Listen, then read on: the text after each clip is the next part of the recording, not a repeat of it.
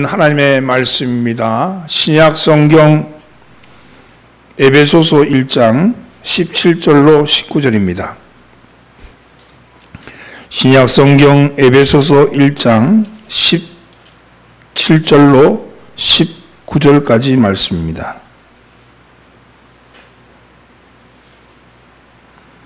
한 목소리로 봉독하겠습니다.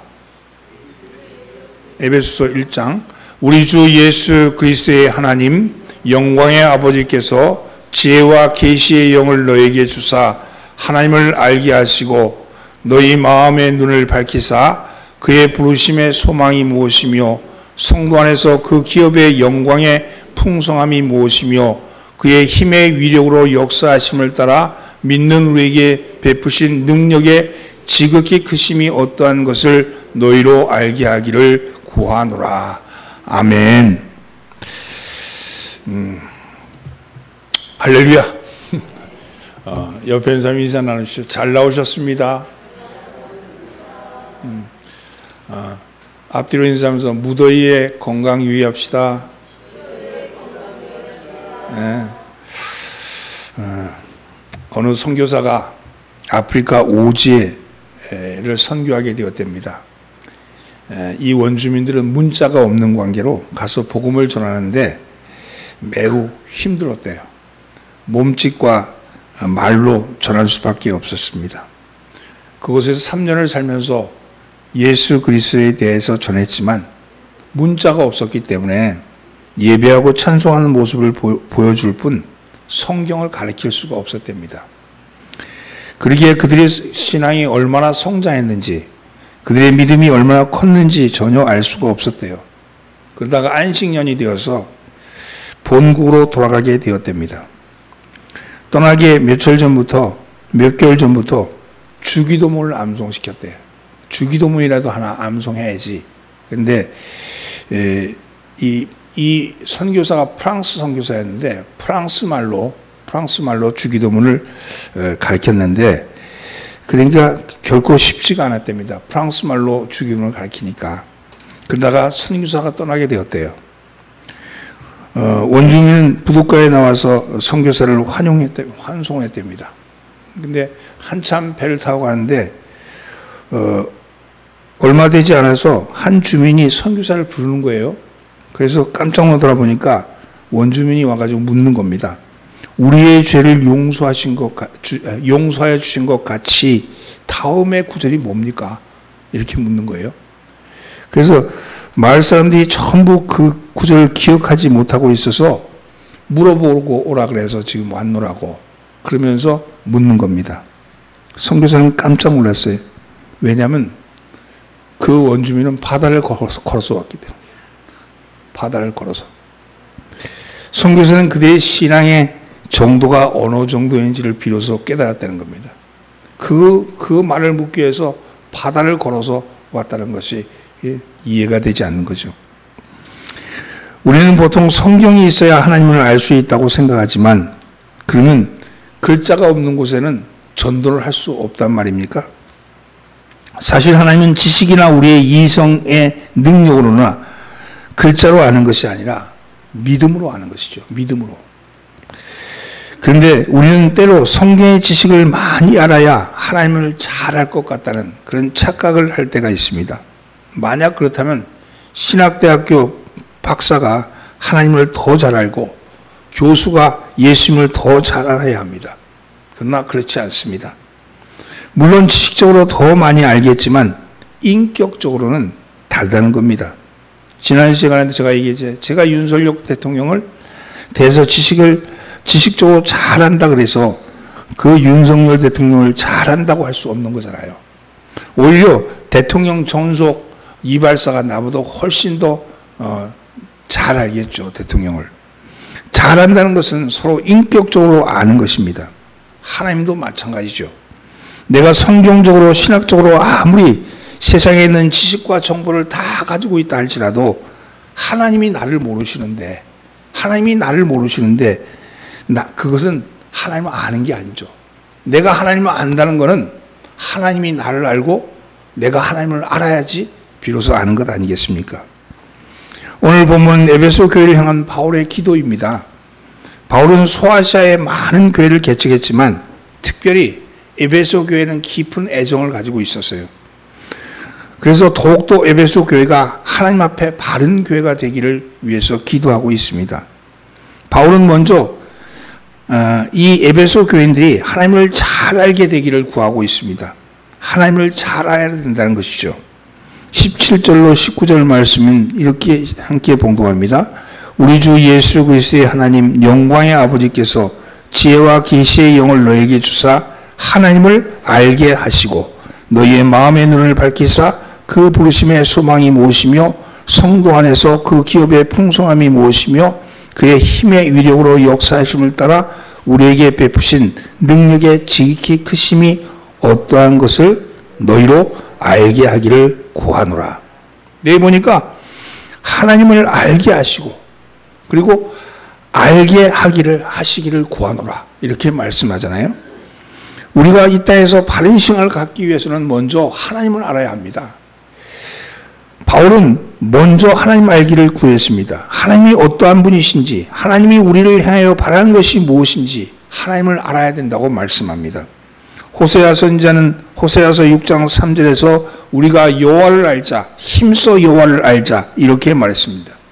여기서 안다는 것은요, 히브리어로 야다라는 단어인데 이 야다라는 말은 알아차리다, 인지하다, 깨닫다 이런 뜻을 가지고 있습니다.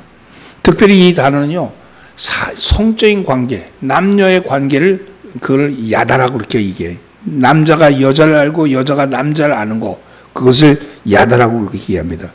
이것은 지식적인 게 아니에요. 지식적인 게 아니고 체험적인 것이고 인격적인 겁니다. 관계적인 겁니다. 객관적으로 아는 그런 것이 아니고 인격적으로, 주관적으로 아는 것이죠. 공개적으로 아는 것이 아니고 은밀하게 아는 겁니다. 이거는 지극히 이 알라고 하는 단어는 지극히 개별적인 거죠. 근데 이 하나님이 아는 것이 내 힘으로, 내 능력으로, 내 지식으로 되는 것이 아니라 하나님이 알려주셔야지 안다는 거예요. 하나님이 알려주신다는 걸 뭐라고 그러냐면 계시라고 그러죠. 계시. 당신을 드러내신다는 거예요. 보여주신다는 겁니다. 그런데 내가 그래서 먼저 하나님을 아는 것이 아니고 하나님이 먼저 나를 아셨다는 거예요. 하나님이 먼저 나를 아신 거죠. 곧 지혜와 계시의 영인 성령님이 내게 오셔야지 비로소 하나님을 알게 된다는 거예요. 하나님이 보여주셔야지 우리가 하나님을 알지 내 힘으로, 내 능력으로, 내 지식으로 하나님을 알게 되는 것이 아니라고 얘기합니다. 17절 말씀, 우리 주 예수 그리스도의 하나님 영광의 아버지께서 지혜와 계시의 정신을 너에게 주사 하나님을 알게 하시고, 지혜와 계시의 정신이라고 번역된 이 정신은요, 헬라어로는 푸뉴마, 곧 영입니다. 영. 따라서 하나님께서 우리에게 지혜와 계시의 영, 곧 성령으로 먼저 오신 겁니다. 보이지 않는 성부 하나님이 사람의 몸을 입으시고 보이는 성자이심으로 오셨지요. 그랬다가 희생의 피를 흘리심으로 우리를 사망에서 생명으로 옮기셨습니다. 그리고 승천하여 보이지 않는 하나님으로 하늘에 오르셨다가 다시 보이는 하나님이신 예수 그리스도의 이름으로 우리의 몸을 성전 삼으시기 위하여 보이지 않는 하나님으로 오신 분, 그분이 바로 성령 하나님이시죠. 성령 하나님은 우리의 몸에 오신 분입니다. 찬송가 90장의 가사가 바로 그 고백입니다. 주 예수 내가 알기 전 날 먼저 사랑했네.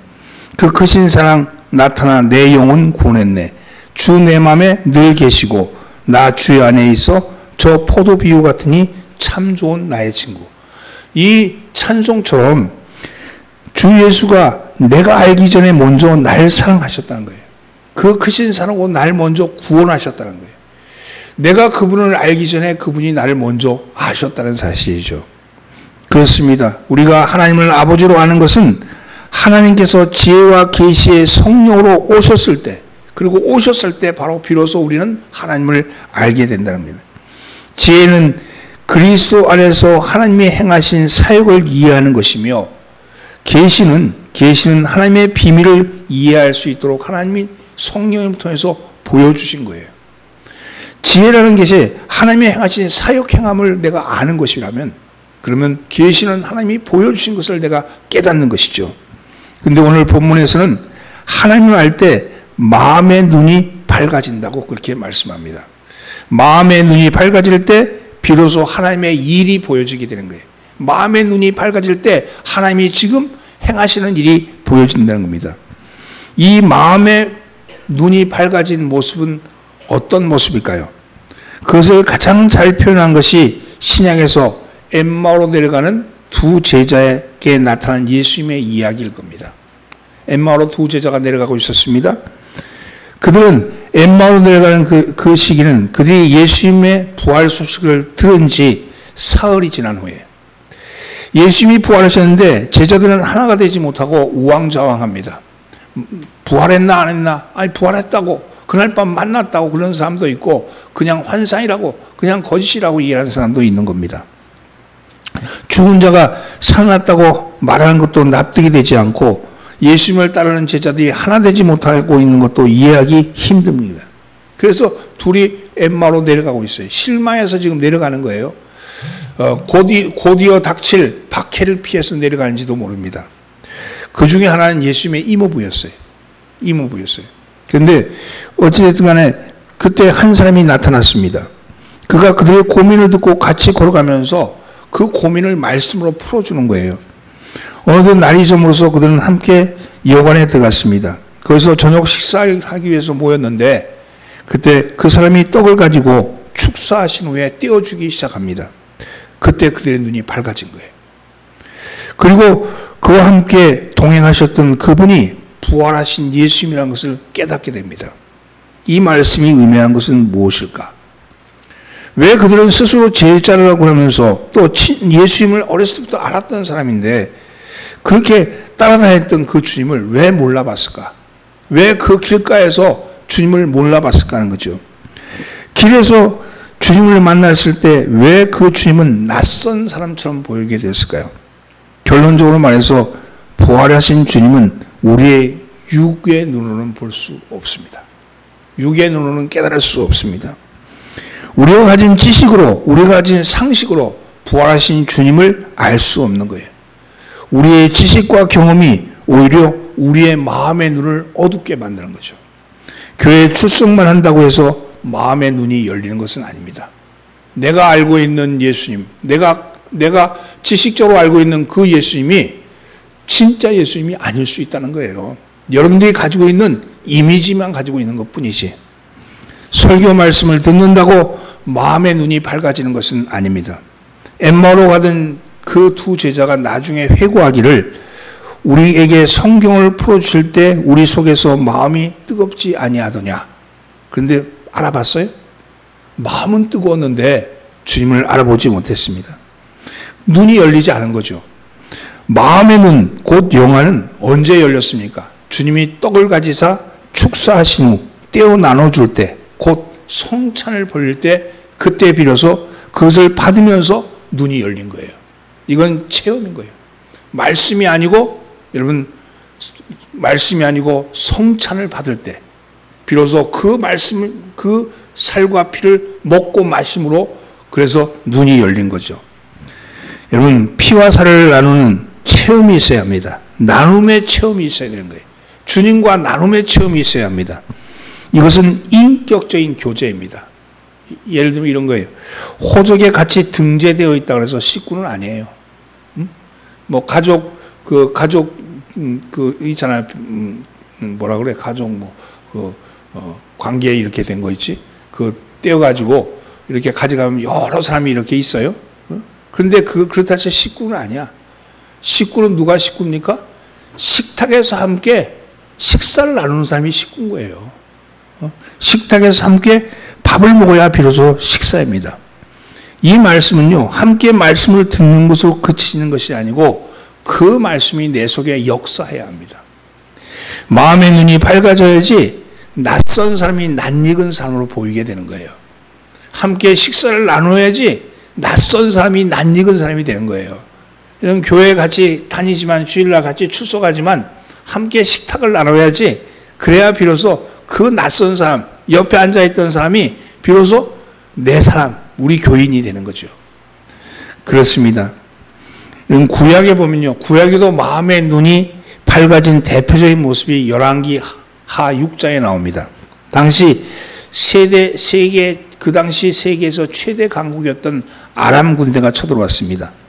목표는 도단성에 머물고 있는 엘리사였습니다. 아람 군대는 밤새 수많은 말과 병거를 통해서 엘리사가 있는 도단성을 포위했습니다. 왜냐하면 엘리사가 이 아람 군대가 나타나고 무슨 전쟁을 벌려고 그러면 늘 예언을 해가지고 늘 곤경에 빠뜨리기 때문에 이 아람 군대에서는 엘리사만 제거하면 저 이스라엘은 금방 넘어진다 이렇게 생각하고 첩자를 보내서 엘리사가 어딘지 알아봤는데 도단성에 있다는 거예요. 그것도 아무런 호위병이 없는 상태에서. 그래서 밤새 그는 도단성을 완전히 포위해가지고 날이 밝으면 칠 생각을 하고 있었습니다. 새벽에 사환이 일어나서 보니까 적군이 완전히 성을 포위하고 있는 거예요. 깜짝 놀란 사환이 엘리사에게 뛰어가서 죽게 되었다고 호들갑을 떱니다. 내 주여 어찌하오리까 이러면서 호들갑을 떨자 엘리사가 두려워하지 말라. 우리와 함께한 자가 저들과 함께한 자보다 많다. 이렇게 말하죠. 그러면서 그 얘기를 들으니까 우린 둘밖에 없는데요. 우린 둘밖에 없는데 어떻게 많다는 겁니까? 그렇게 얘기하자 엘리사가 그 사환의 머리에 손을 얹고 기도합니다. 여호와여 그의 눈을 열어서 보게 하옵소서. 그러자 하나님께서 사환의 눈을 열어주셨는데 그렇게 보니까 산 위에 불말과 불병거를 가득 찬 천군 천사가 가득 차 있는 모습이 사환의 눈에 보이게 되었습니다. 여기에 영안이 열린 거죠. 영안이 열린 거죠. 영안이 열린 사람과 영안이 닫힌 두 사람이 있죠.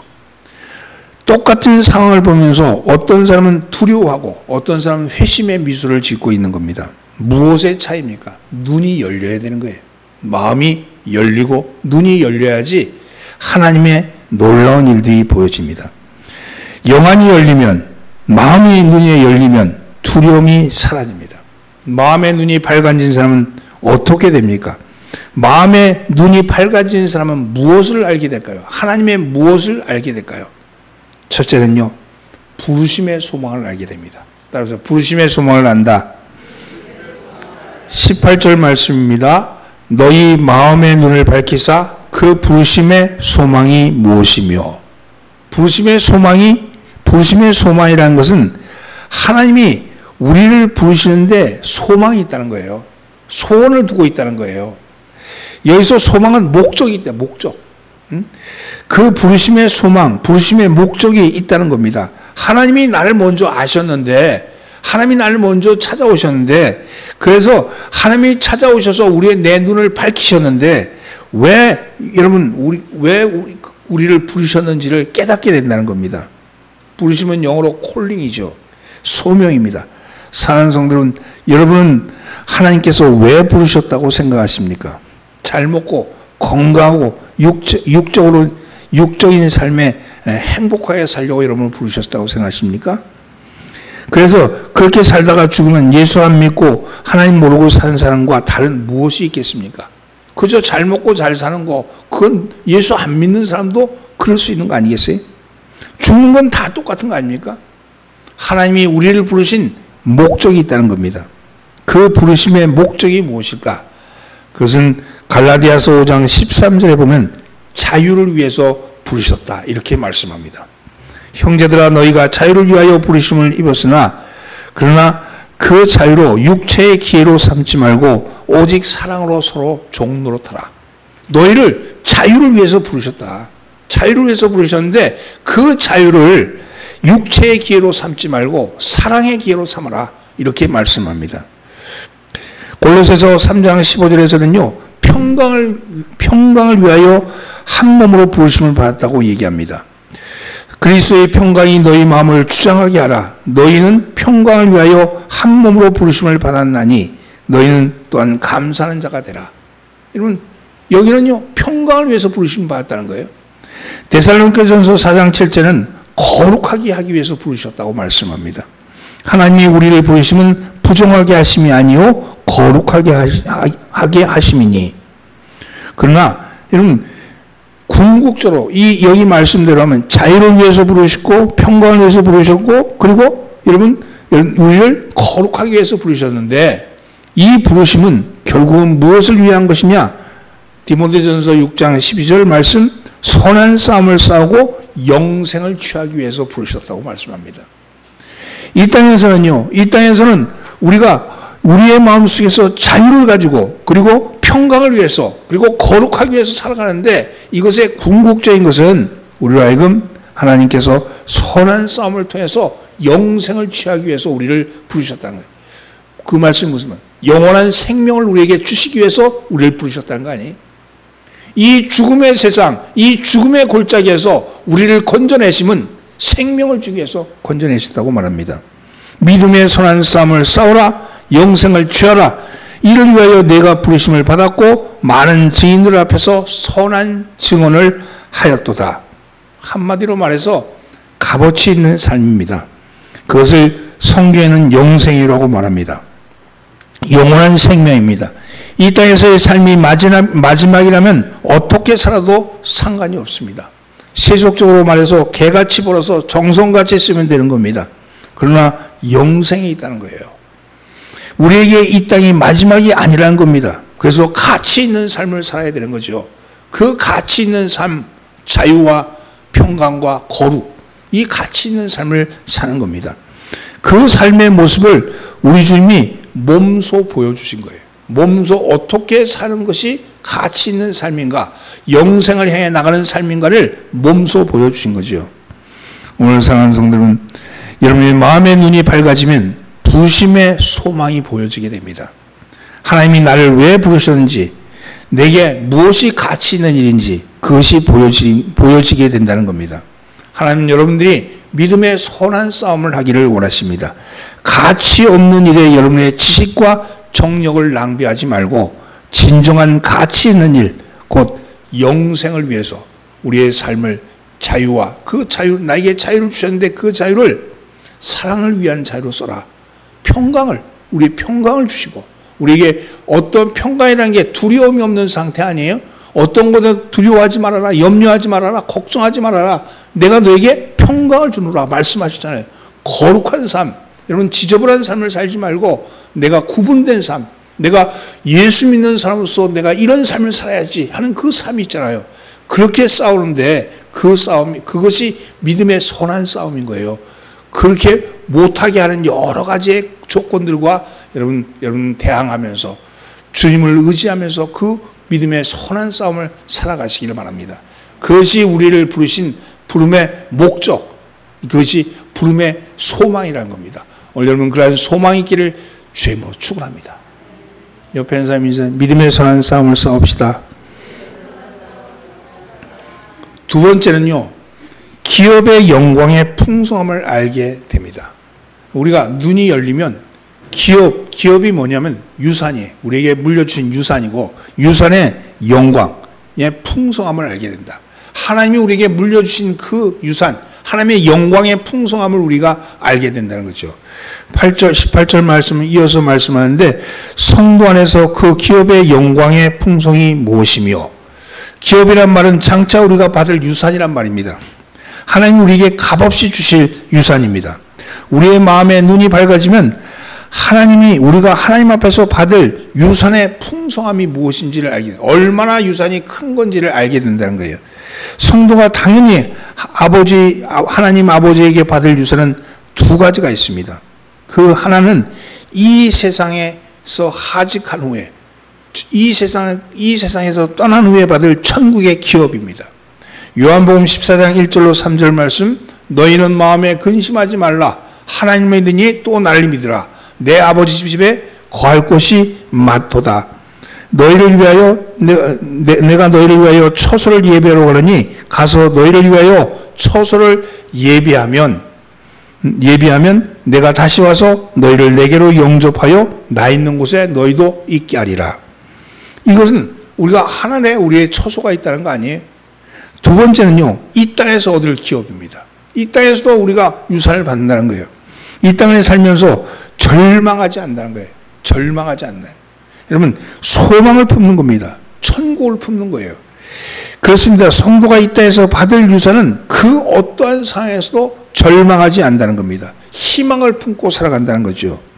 오늘 여러분 그러한 희망이 그러한 여러분의 삶이 여러분들 삶 속에서 이루어지기를 예수님으로 축원합니다. 절망하지 마십시오. 여러분 무너지지 마십시오. 우리 스스로가 하나님 앞에 서 있는 그 자체가 하나님께서 기뻐하시는 모습이라는 겁니다. 또한 우리의 삶에 마음의 눈이 밝아지면 하나님이 주신 희망이란 기업의 풍성함이 깨달아지게 됩니다. 우리 속에 희망이 생기는 거예요. 여러분 사람이 절망을 말할 때도 희망을 볼 수 있는 눈이 열리는 거예요. 아무리 어려운 상황에도 희망의 모습이 보여지게 되는 겁니다. 희망을 품는 자에게 가장 가까운 사람이 친구입니다. 여러분 희망을 가진 친구를 사귀십시오. 희망을 가진 사람들을 만나십시오. 그러면 희망이 생겨집니다. 오늘 여러분의 마음이 그런 마음 되기를 주님으로 축원합니다. 옆에 있는 사람 인사하죠. 희망의 유산을 받읍시다. 세 번째는요, 마음의 눈이 밝아지면 하나님의 능력의 지극히 크심이 어떠한가를 알게 됩니다. 19절 말씀, 그의 힘의 강력으로 역사하심을 따라 믿는 우리에게 베푸신 능력의 지극히 크심이 어떠한 것을 너희로 알게 하기를 구하노라. 마음의 눈이 밝아지면 하나님이 어떻게 역사하시는가, 하나님의 능력을 알게 됩니다. 오늘 본문 말씀에 하나님의 능력을 나타내는 네 가지 단어가 있는데 그것은 힘의 위력, 그리고 힘, 위력, 역사, 능력입니다. 힘, 위력, 역사, 능력, 이게 다 힘에 관련된 단어죠. 이 네 단어를 쓰고 있는데 먼저 번역되어 있는 힘으로 번역된 것은 크라투스라는 단어인데 이것은 저항과 통제로 통해서 길러진 힘을 의미합니다.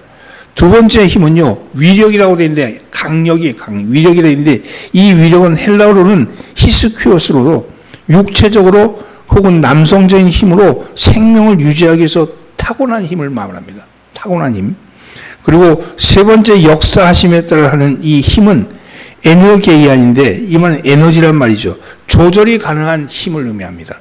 마지막으로 능력이라고 표현된 두나메이오스인데 이 말은 성취할 수 있는 잠재력을 가지고 있어요. 잠재력. 이러한 네 가지 유사한 용어를 쓰면서 그리스도를 향해서 하나님이 힘을 우리에게 가지고 계시다. 우리에게 힘을 두고 있다. 우리에게 힘이 된다. 이 말씀을 하는 겁니다. 마음의 눈이 밝아지게 되면 하나님이 일하시는 걸 보게 됩니다. 하나님이 힘으로 일하시는 것을 보게 된다는 겁니다. 우리가 일하는 것이 아니라 하나님이 일하는 것을 알게 된다는 거예요. 이 눈이 밝아지면 하나님이 일하심이 보이는 거예요. 하나님이 일하심이 보이는 거예요. 여러분, 하나님은 애굽에서 나온 백성들을 적과 꿀이 흐르는 땅으로 인도했죠. 그리고 12지파에게 땅을 배분했어요. 그리고 그 지파에 왕을 세우지 아니하시고 하나님이 직접 이 왕이 되셔서 다스리셨습니다. 그런데 이 백성들은 보이지 않는 하나님이 너희들 스스로가 평화롭게 살아라. 그렇게 이해하는데 이 보이지 않는 하나님에 익숙하지 않은 이 백성들은 늘 불안한 거예요. 그래서 눈에 보이는 우상을 숭배하기 시작하죠. 그럴 때마다 하나님이 그 보호막을 열어버렸어요. 그러면 왜 밖에 있는 이방 족속이 쳐들어와가지고 공격하고, 그러면 하나님 앞에 나가서 우리가 잘못했습니다. 우리가 용서해달라고 빌면 하나님이 또 사사를 보내셔가지고 이기게 하시고, 그렇게 해서 사사가 다스리는 시대를 그 사사기에서 나오는 사사 시대라 그러죠. 이것이 한 400년간 지속됐어요. 그런데 그렇게 지속되면 지속될수록 이 백성들의 마음은 더 완악해져갖고 하나님의 품을 떠나게 됩니다. 이 떠나게 될 때 그걸 보고서 하나님이 역사가 바뀌고 있는 거죠. 이제 우리도 강력한 왕이 필요하다고 생각하고 사람들 마음속에는 그런 마음을 가지고 있는 거예요. 이 사사시대에서 왕정시대로 넘어가는 시기의 마지막 사사가 누구냐? 그게 사무엘입니다. 그게 사무엘성에 나오는 말씀인데 이 사무엘 모습을 보면요. 한 지도자 사무엘이 어떻게 탄생하냐면 한나라는 여인의 기도를 통해 탄생하죠. 여러분 한나 알죠? 사무엘의 어머니. 한나는 엘가나의 부인이었습니다. 엘가나의 부인인데 엘가나에게는 두 아내가 있었어요. 여인은 한나가 첫째 부인이고 분인나가 둘째 부인입니다. 첫째 부인 한나가 아이를 갖지 못하니까 엘가나가 분인나를 얻어서 아이를 생산합니다. 그런데 그걸로 끝이면 괜찮은데 이 한나는 사랑을 많이 받아요. 그 자식은 못 가졌지만 남편의 사랑은 많이 받죠. 근데 그 남편의 사랑으로 만족이 안 되는 겁니다. 왜? 자식이 없으니까. 그래서 이 자식이 없는 그 공허감을 채우기 위해서 하나님 앞에 나가서 기도하는 거예요. 내게도 자식을 달라고, 내게도 태를 열어달라고 기도하는 겁니다. 개인적인 기도죠.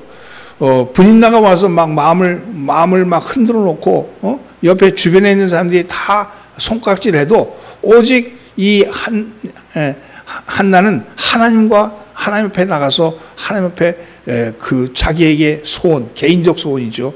자식을 달라고 졸라댑니다. 얼마나 그 간절했는지 그 기도하는 중에 엘리 제사장이 보니까 그냥 입만 달싹거리면서 막 기도하는 모습을 보니까 마치 술 취한 모습 같이 보여서 와가지고 야 포도주를 끊어라, 술 취하고 그렇게 있으면 되냐 이렇게 얘기할 정도로 그렇게 열심히 기도하죠. 하나님은 엘리 제사장을 통해서 자식이 생길 것이라는 축복을 합니다. 그리고 이 한나는 하나님 앞에 소원을 하죠. 자식을 주시면 내가 나신으로 바치겠습니다. 하나님께 드리겠습니다. 그리고 실제로 자식을 낳았어요. 이 개인적인 기도를 통해서 내가 하나님이 이 자식을 달라고 그 정말로 하나님 앞에 술 취한 여인처럼 그렇게 했던 그 기도를 통해서 자식을 얻게 되죠. 자식을 얻고 소원에서 얻은 자식, 젖을 떼자 엘리 제사장, 성막에 있는 엘리 제사장에게 이 자식 사무엘을 갖다 바칩니다. 자, 그리고 나와서 하는 기도가 2장에 나오는 기도예요. 근데 놀라운 건요, 이 한나의 기도가 2장에 가가지고 바뀌는 거예요. 1장의 한나의 기도는 개인적인 기도였어요.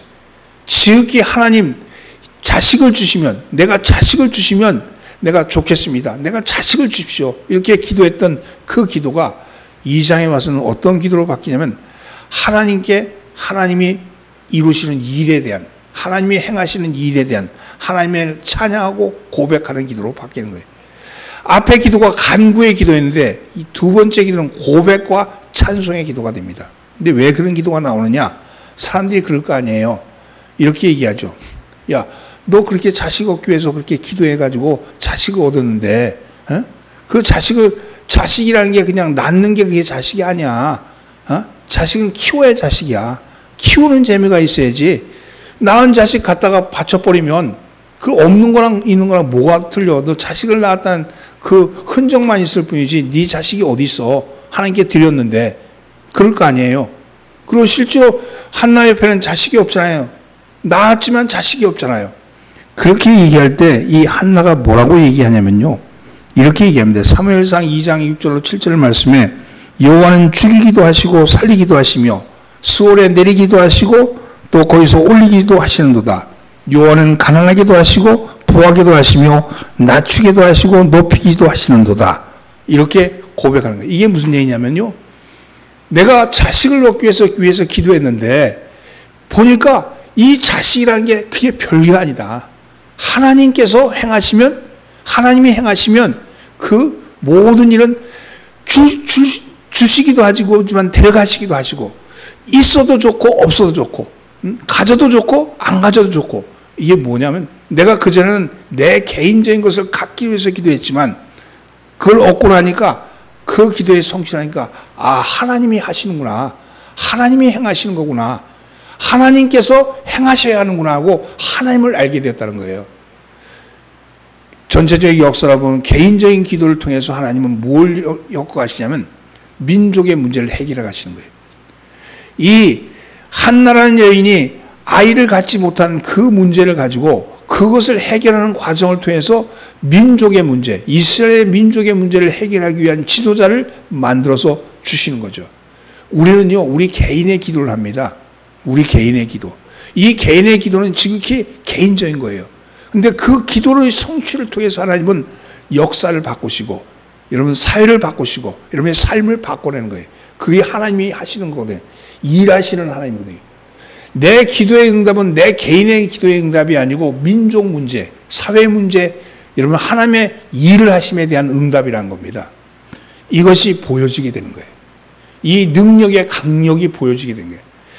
내 개인 기도, 내 하나님을 참으로 알게 될 때 나는 내 개인이라고 생각했는데 내 개인이 아니고 하나님을 바로 하게 될 때 내가 하나님의 일을 하는 자구나. 하나님의 역사 가운데 있는 자구나 하는 것을 깨닫게 된다는 겁니다. 오늘 여러분 하나님을 알게 되면 하나님이 여러분을 통해서 일하시는 게 보여지게 되는 거예요. 여러분 그러한 것이 보여지는 역사가 일어나기를 원합니다. 우리의 마음의 눈이 밝아지면 하나님이 일하시는 것이 보이게 됩니다. 하나님은 지금도 일하십니다. 여러분이 개인적으로 답답한 문제, 여러분 기도의 제목들, 이 기도의 제목들을 곰곰이 살피면서 그 기도를 통해서 이루어가시는 것을 보시기 바랍니다. 이루어지시는 하나님, 기도가 응답받기도 하고 응답받지 않기도 하고 공표 가위표 치는 게 아니에요. 우리의 기도는 객관식이 아니라니까요. 공표 가위표 치는 게 아니고 하나님이 일하시는 것을 기도를 통해서 보는 겁니다. 어떤 건 이루어지는 기도도 있고 이루어지지 않는 기도도 있지만 그 기도를 통해서 우리를 끌고 가시는, 우리의 삶을 이끌어 가시는 하나님을 우리는 알아가는 거죠. 여러분 그러한 알미 여러분에게 있기를 바랍니다. 우리의 눈이 밝아져서 우리 교회 가운데서 일하시는 하나님의 능력을 보시는 여러분 되기를 예수님으로 축원합니다. 옆에 있는 사람 인사하시죠. 능력의 하나님을 보기를 원합니다. 말씀을 정리합니다. 교회가 바른 교회가 되기 위해서는 성도들이 하나님을 바로 아셔야 합니다. 하나님이 먼저 우리에게 찾아오셨는데 찾아오신 그 하나님이 어떠한 하나님이신 것을 아셔야 합니다. 그러기 위해서는 마음의 눈이 밝아져야 되겠죠. 눈이 열려야겠죠. 눈이 열리게 되면 나를 부르심의 목적이 무엇인지를 알게 될 것이고, 또한 하나님이 나에게 준비하신 유산의 풍성함, 우리는 부정적인 것, 우리 스스로가 만들어놓은 조그만 우리가 만들어놓은 판단이나 이런 것에 있지 아니하고 하나님이 우리에게 풍성해 주시는 것을 우리가 깨닫게 될 것이고, 세 번째는 하나님이 일하시는 능력을 알아차리게 될 것입니다. 여러분 오늘도 우리 가운데 역사하시는 하나님을 알아차려 가시는 여러분 되기를 예수님으로 축원합니다. 예수님으로 축원합니다. 기도합니다. 살아계신 하나님 아버지, 우리 가운데 일하시는 것을 보기를 원합니다. 하나님이 먼저 우리를 사랑하셔서 우리 가운데 오셨는데 우리가 하나님을 모른 척하고 있지는 않은지를 돌아보게 하시고 우리의 눈을 밝혀주셔서 엠마오로 가던 두 제자의 눈이 밝아진 것 같이, 그리고 엘리사의 사환인 게하시의 눈이 밝아진 것 같이 우리의 눈이 밝아지게 하여 주셔서 하나님이 지금도 일하는 모습을 보게 하여 주옵소서. 하나님이 우리를 부르신 부름의 목적이 무엇이며 하나님 우리에게 예비하신 유산의 지극히 크심이 무엇이며 또한 아버지께서 일하시는 것이 어떠한 것인가를 알아차리게 하여 주옵소서. 우리를 구원하신 예수님의 이름으로 기도하옵나이다. 아멘.